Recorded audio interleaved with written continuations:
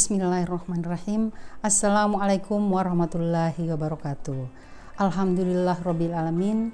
Hamdan yuwafi ni'amahu wa yukafi majidah.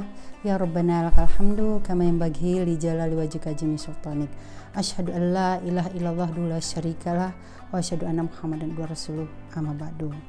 Dalam Al-Qur'an surah Luqman. A'udzubillahi minasyaitonir rajim. Ya bunayya aqimis sholata wa'mur bil ma'ruf wanha 'anil munkar wasbir 'ala ma asabak inna dzalika min azmil umur. Yang artinya, wahai anakku, laksanakanlah sholat dan suruhlah manusia berbuat yang ma'ruf dan cegahlah mereka dari yang munkar dan bersabarlah terhadap apa yang menimpamu. Sesungguhnya yang demikian itu termasuk perkara yang penting. Ini adalah salah satu dari sekian nasihat Luqmanul Hakim di dalam Al-Quran yang menjadi peletak dasar dalam fondasi agama di dalam fungsi keluarga dan menjadikan agama sebagai fungsi pertama di dalam pelaksanaan fungsi keluarga. Masyarakat Gorontalo yang dirahmati Allah,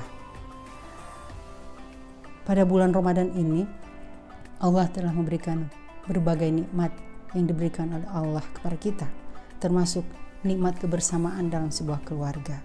Setelah sebulan lebih kita tercerai-berai oleh berbagai agenda dunia, dan kemudian kita dikumpulkan utuh, berbuka bersama, bersahur bersama, berkumpul bersama keluarga, dan insya Allah dengan semakin bertemunya kita, maka pelaksanaan 8 fungsi keluarga ini bisa berjalan dengan maksimal. Seperti saya sampaikan pertama, fungsi pertama adalah fungsi agama. Ini adalah peletak dasar dari berbagai fungsi selanjutnya. Karena agama adalah fondasi, agama adalah dasar negara kita.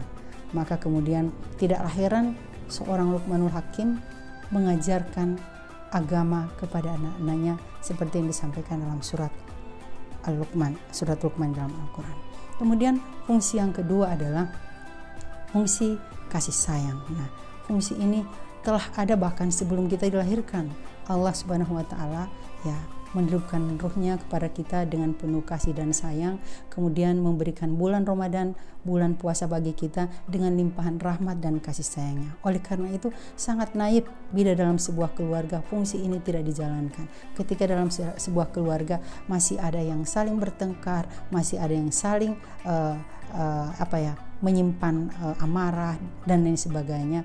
Oleh karena itu, fungsi ini insya Allah harus benar-benar dijalankan, karena Allah di bulan ini akan memberikan pengampunan atas dosa-dosa kita.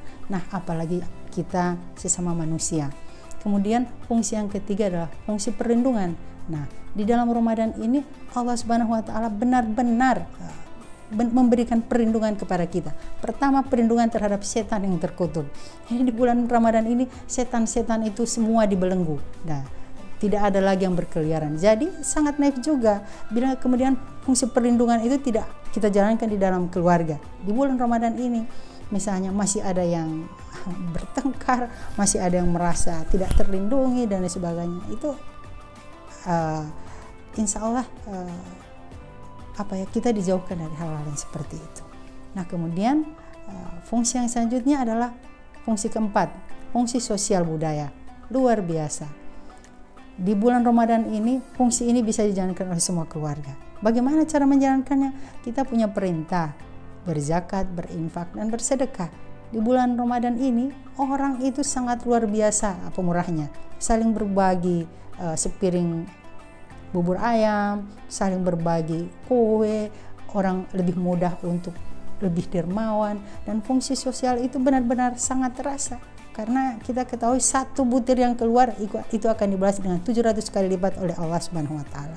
Nah, budayanya apa? Banyak. Budaya membangunkan sahur, ada banyak budaya yang kita lakukan di bulan Ramadan, dan kita berharap budaya ini bisa dijaga keberlangsungannya setelah pasca Ramadan. Nah, fungsi selanjutnya apalagi setelah fungsi sosial budaya? Fungsi selanjutnya adalah fungsi reproduksi. Nah, di bulan Ramadan ini luar biasa ya. Kita tidak berpuasa bagi perempuan yang hamil, yang haid, yang melahirkan. Itu Allah berikan kesempatan, berikan keringanan rukhsah untuk tidak berpuasa. Bukan berarti tidak mendapatkan amalan orang yang berpuasa, tapi kemudian Allah memberikan rukhsah, keringanan karena kondisi-kondisi biologis ini. Nah, fungsi ini dihormati oleh Allah Subhanahu wa taala. Nah, kita juga seperti itu. Di bulan Ramadan ini, maka sebuah keluarga, apalagi suami istri, harus memahami bahwa Allah saja menghormati perempuan dalam kondisi-kondisi reproduksi seperti ini. Apalagi mohon maaf, suami harus memahami, apalagi di 10 hari terakhir harus mengencangkan ikat pinggang. Para suami ya dianjurkan untuk di masjid 10 hari terakhir, ya itu sangat luar biasa, sangat menghormati fungsi reproduksi ya. Kemudian selanjutnya fungsi apa lagi? Nah, setelah fungsi reproduksi, fungsi pendidikan.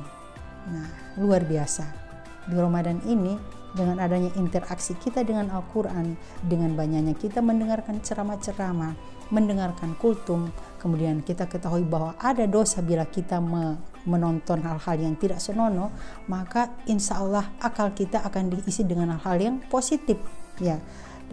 Kita akan diisi dengan hal yang positif, akan mengurangi interaksi anak-anak dengan gadget. Kenapa? Karena kita punya program menghatamkan Al-Quran selama 1 bulan penuh. Kita punya program mendengarkan ceramah, kita punya program tadarus bersama.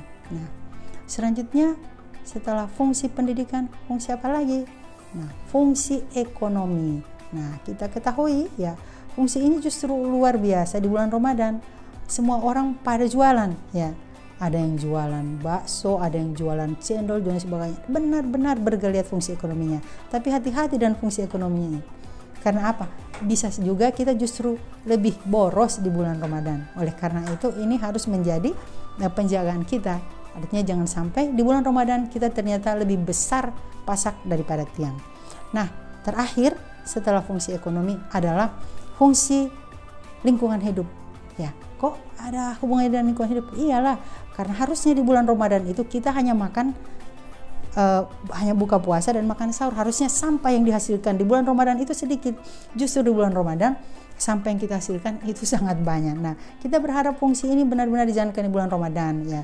Apa? Kita bersih-bersih, kita kemudian bersih lingkungan. Di samping bersih diri ya, kita bersih lingkungan, kita menjaga kebersihan di sekitar rumah kita, sampah-sampah dan sebagainya, mengajari anak-anak membuang sampah di tempatnya dan sebagainya.